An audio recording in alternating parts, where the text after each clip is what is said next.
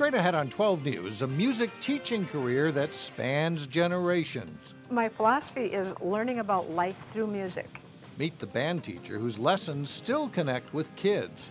Then protecting seniors from falls in their homes, some common hazards you can avoid. But first, the legislative session ends with disagreement, but also one big breakthrough for the Northwest Metro. 12 News starts right now.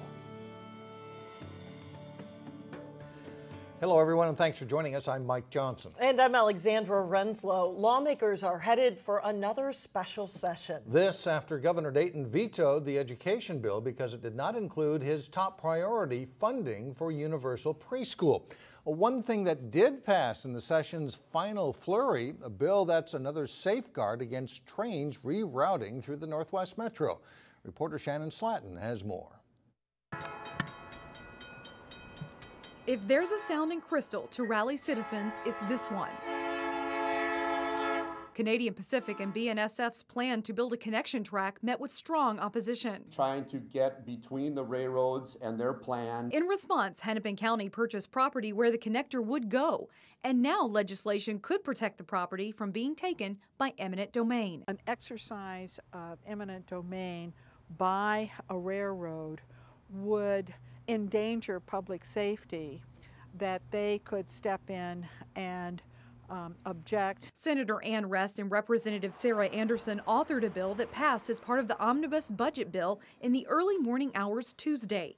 It gives another safeguard against the connector. That will make sure that the people in the Crystal, New Hope area will have access to the emergency services, but also it impacts the Plymouth area and the level of trains that are coming through here. So I think it's a good opportunity. People, the citizens, will have more input about what happens in their communities because of that legislation. I'm going to be reserved in my excitement. Crystal City Council member Jeff Kolb says this isn't the end of talk on the connector, but a step in the right direction. I think what's important for people to understand is that this doesn't end the discussion about the possible connection. It's not a done deal. It doesn't mean it's not happening. What it means is that if it does happen, that we'll be involved and we'll have a seat at the table during that process. The bill now needs to be signed into law by Governor Dayton. Supporters are confident it will be.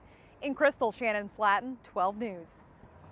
Disappointment, though, is probably the best word to describe how many lawmakers feel after this year's session ended. A plan to fix road and bridges went unfinished. Lawmakers essentially passed a lights-on bill that preserved the status quo. There were no significant tax cuts either. House Republicans initially wanted $2 billion in tax breaks, but those were a casualty of the impasse between the two major parties. And college students will be disappointed as well. A $166 million funding increase for higher ed likely won't be enough to stave off tuition increases at the U of M or MnSCU systems. From the White House to Brooklyn Park, the declining population of bees has become an important topic. And by mid-June, Brooklyn Park will become the latest city to allow beekeeping. The City Council approved an ordinance allowing registered apiaries by a 4-3 vote. Those against were concerned about liability issues with bee stings. Under the new ordinance, the city must notify homeowners who live within 200 feet of beekeepers. Meanwhile, Brooklyn Park Council members want to look into an outdoor festival site where large groups of people can gather for events. They see it as a long-term solution to the issue of amplified sound in parks. Some say current city parks are too small to accommodate large crowds and noise. The noise brought complaints from neighbors that led to a ban on amplified sound. Now the council is calling for a task force to look into a larger festival site.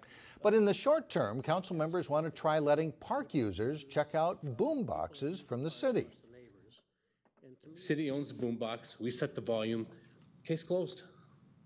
We don't need to change any ordinances.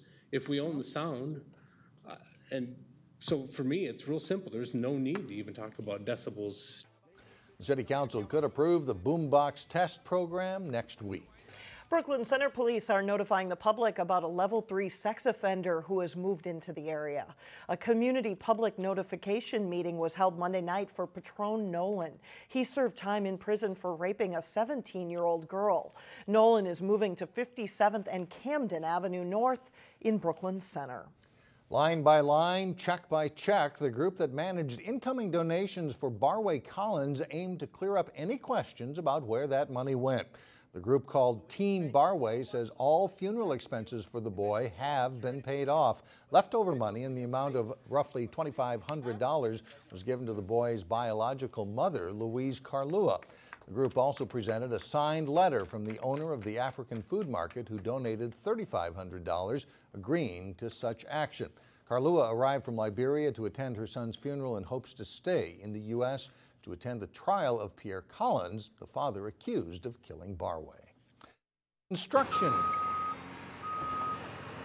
Construction got underway for the Wayzata High School expansion project. Crews are adding a 4-story classroom and lab, performing arts center, and a new upper and lower common areas. The cafeteria and physical education rooms will also be expanded. Construction is expected to be completed by the 2016-2017 school year.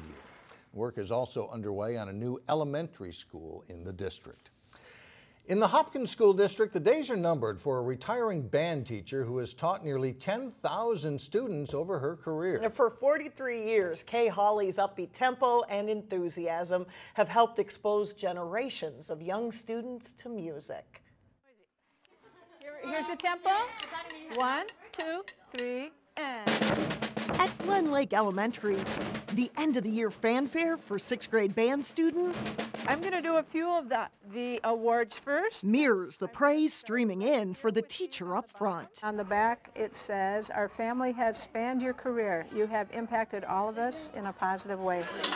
For 43 years, Kay Hawley has been nurturing students. And Taylor, you absolutely should be in band next year.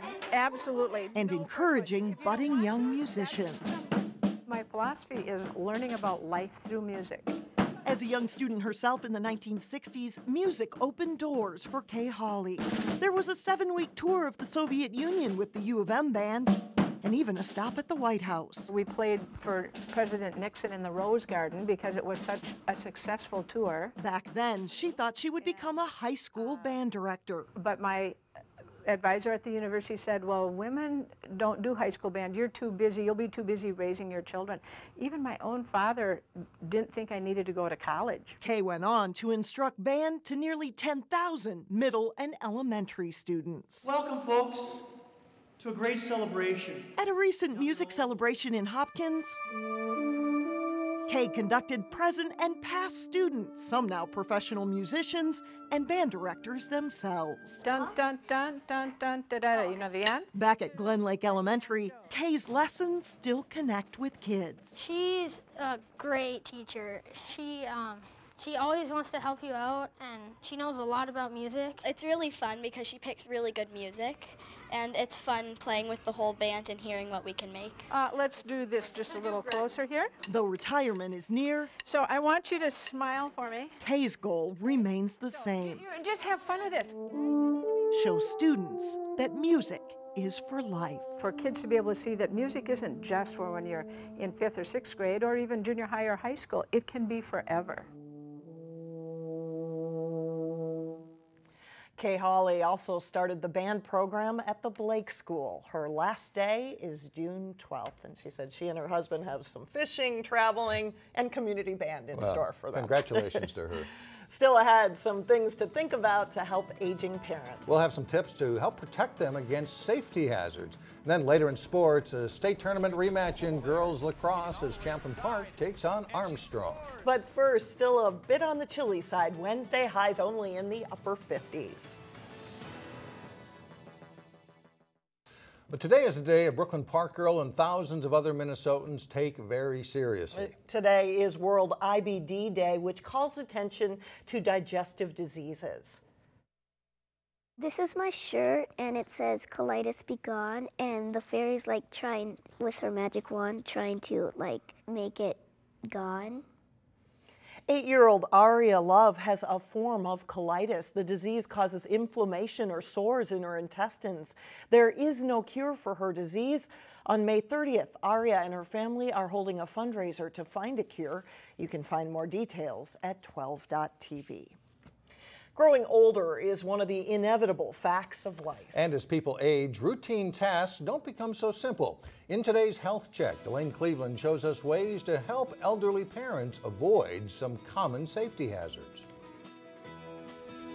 Mike and Alex, 85% of seniors have not taken the precautions to prepare their homes for aging. So today in Health Check, we take a look at this home in Plymouth to find out how to senior-proof it. A home holds sentimental value. It's where people raise families and create memories. When you poll seniors from just about anywhere in North America, almost 90% of them feel that they want to stay at home. John Stuck is co-owner of Home Instead Senior Care in Maple Grove. He says every family should review a home safety checklist. 1 in 3 adults over the age of 65 will have a fall this year. Case in point, the bathroom, where falls can occur near the tub or the toilet. To prevent those falls, these are a must. He says seniors should get a rubber bath mat and a grab bar. So having a grab bar here to reach in, to get in or out, maybe having a grab bar over here on the wall. The bedroom also has its own set of hazards, from rugs to clutter to power cords. A lot of the falls occur at night when a senior is maybe getting up to use the bathroom. So having night lights are a great idea. In the kitchen, reaching down below your knees is oftentimes a fall hazard.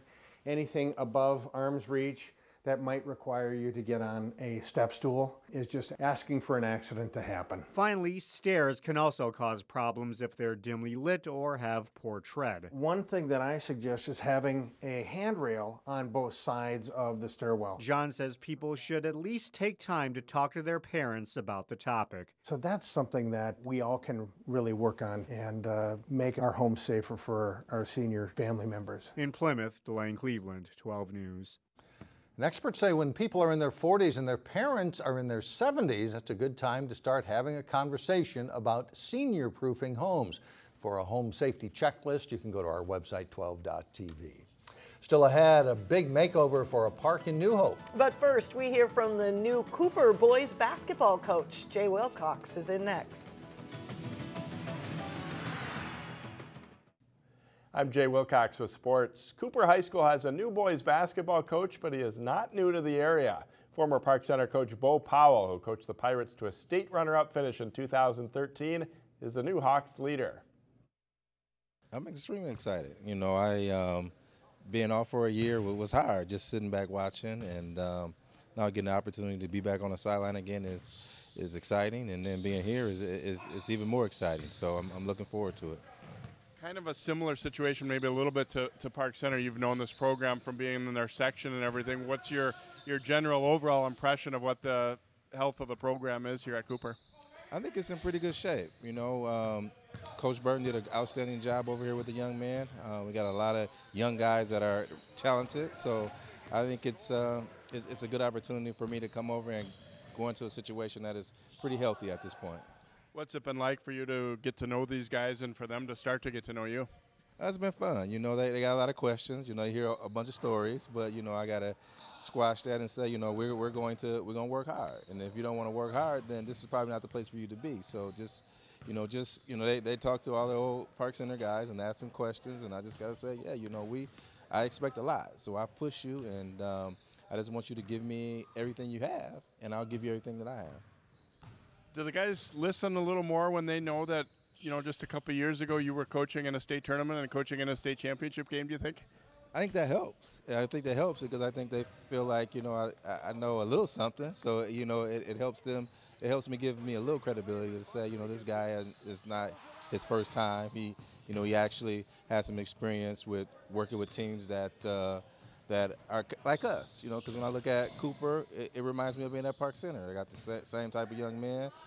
So I think that helps them. The transition is a little bit easier because they have the opportunity to see that you know, where I was at before and kind of what we did when we were there. Well, the Armstrong and Champlin Park girls lacrosse teams each made the state tournament last spring. They met in the consolation bracket at state with Armstrong winning by a goal. The Falcons and Rebels meeting in the final week of the regular season. The Rebels' Hannah Crimble passes to Demi Everett, who scores in tight to get Champlin Park on the board just 27 seconds in. 3 minutes later, Sam Nolan makes a strong run up the right side and bounces a shot into the Falcons' net for a goal, and it's 2-0 Champlin Park. Nolan picks up an assist here, setting up Hannah Crimble for the Rebels' 5th goal of the game to make it 5-0. Haley Holdall scores all 3 of Armstrong's goals in the first half, including this one, but they trail it 8-3. Everett, Nolan, and Krimble score all 11 of Champlin Park's goals as the Rebels win big 11-5. While they haven't won any late conference games, the Hopkins boys lacrosse team is definitely narrowing the gap against the league's top teams. The Royals took a shot at Minnetonka on Monday. Andrew Wallace-Jackson takes the pass and scores on a high shot here for the Royals. At the other end, Tonka's Tad Utter pumps in the goal. The Skippers lead it 4-3 at halftime. Third quarter, Wallace-Jackson fights through 2 defenders and scores again here for Hopkins. Then Elliot Cochran will make a run with the long stick, and he scores. He's fired up. The Royals lead 5-4, and it's 6-6 after 3. But the fourth quarter is all Skippers. They outscore the Royals 5-1 in the period and win the game 11-7. Terrance Howard played football at Park Center in the fall, and in the spring he excels in track and field. The Pirate senior is featured on this week's Sports Jam show here on Channel 12. Here's John Jacobson with a clip from that story. It is track and field that is guiding this high honor roll student to Marquette University in Milwaukee. Something he couldn't have imagined a few years ago.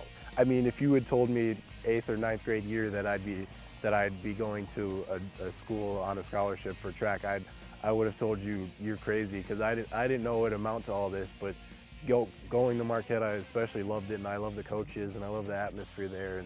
And when they offered me a scholarship, I almost didn't hesitate to accept it, because I mean, throwing is what I love, and I can't wait to do it at the next level with such a great organization and at such a great school. For the rest of that story and more this week on Sports Jam, it's on through Wednesday at 3:30, 6:30, and 9:30 p.m. on Channel 12. So a great future ahead of him, too. All right. Thanks a lot, Jay. Yeah. Coming up, Life's a Playground in New Hope. The new outdoor adventure for kids when we come back.